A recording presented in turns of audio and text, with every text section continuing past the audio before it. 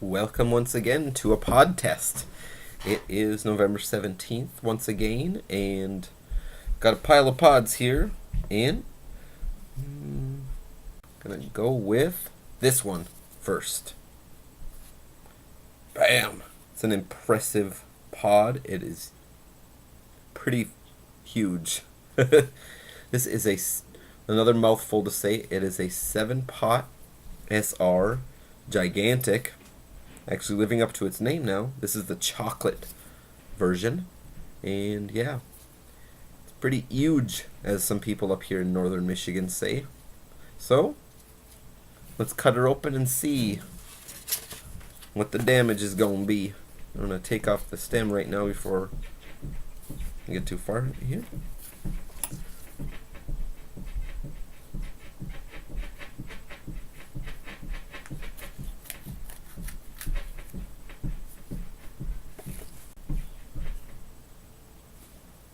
Yeah, this one looks like it might be pretty tasty, actually. It doesn't look... I mean, it's kind of glossy. You can see in the shimmering in the light up on the top here. Right there. Alright, I'm going to carve some seeds out, and I'll be back at you in just a moment here. Alright, I'm back. Here's the after shot. As you can see, there's a fair bit of brown in the placental tissue, but it's not super dark and slick. And it's not all that bad inside the pepper. The glossiness, I realized, is not really because of the oil, but just because of the inside wall. The pepper itself is really sheen. Yeah. So, 7-pot SR gigantic chocolate variant. Again, this one is from Dan. Thank you. Now, let's see how it is.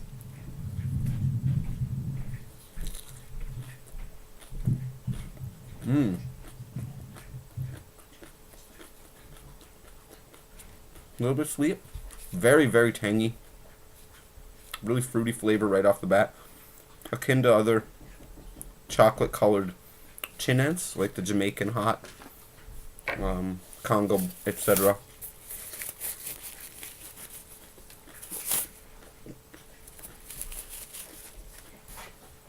Very, very tangy. That's persisting big time. Not really getting bitter at all, except for a faint twinge here and there, but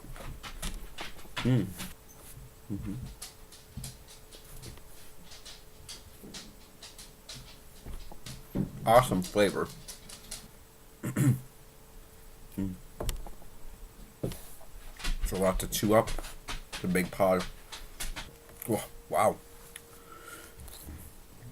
Need a good zip of heat in the tongue, the throat. My dog says hi. This is Zeb. You may have seen him in other videos before. He misses me because I've been at work all day.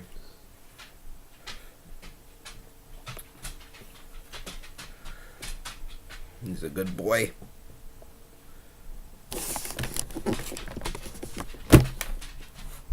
The chunks of it stuck in my teeth still. Lighten up my tongue pretty well. I can feel a bit of trail going down, but it's not like super uncomfortable at all, just standard for... I'd probably say this is about as hot as a regular orange habanero. It's not that bad. Comparatively speaking, let me preface that anybody who doesn't eat hot peppers on a regular basis, you bite into one this hot, you're going to notice pretty quickly why people tend not to just eat them whole. I mean, to me it's manageable because I've been eating super hots and ones this level for weeks now, every day. Every single day.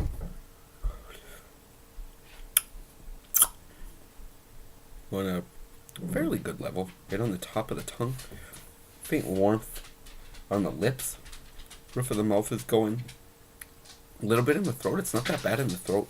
It's mainly just riding the tip of the tongue, roof of the mouth, and then the very back of the tongue. Not quite into the throat though. Throat is there, but it's not really going off all that much. Yeah, that one was surprisingly mild, especially for a bigger pod too. It's sitting pretty well in all areas here. It's not hitting the stomach like a brick, which is, once I saw what the inside looked like, I knew it wasn't going to be all that hot. But Usually you can tell. Here's the other one. See, it kind of looks bumpy-ish.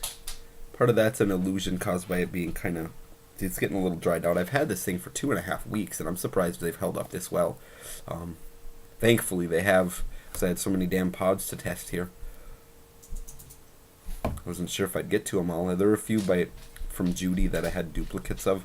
Ones that I'd either tried before, had a one from Dan, etc. Or were just getting too spongy. I just halved them, took the seeds, and dried them. I'm going to put them in my 2013 pepper powder medley, which I may or may not send little treats out to people here and there. But yeah, this is prickling on the lips a bit, but nothing too bad. Back of the tongue starting to come forward a little bit more as the lesser sensations kind of diminish. Yeah, back of the tongue more prominent at this point. Yeah, it's going along at a pretty good level, but again, it's very manageable. Just a good roasting burn without setting me ablaze too much. Those would be awesome made into a salsa. I'm really developing quite a fondness for the chocolate colored pods, because they really, the more and more I try of these, the more I realize how unique their flavor actually is. Whether it's the chocolate Dshlogg, which it tends to have a little bit more of the florally aroma and whatnot coming through into the nose because it's so much hotter. The capsaicinoids have that effervescent potpourri-like quality in your nasal passages. But whether it's a Jamaican hot chocolate, whether it's these, whether it's a Congo Black, whether it's a chocolate butt, or I'm trying to think of any other chocolate ones that I've had. Oh, the chocolate scorpion, the chocolate devil's tongue, they all have kind of a similar flavor profile. They all have their own unique little bandwidth.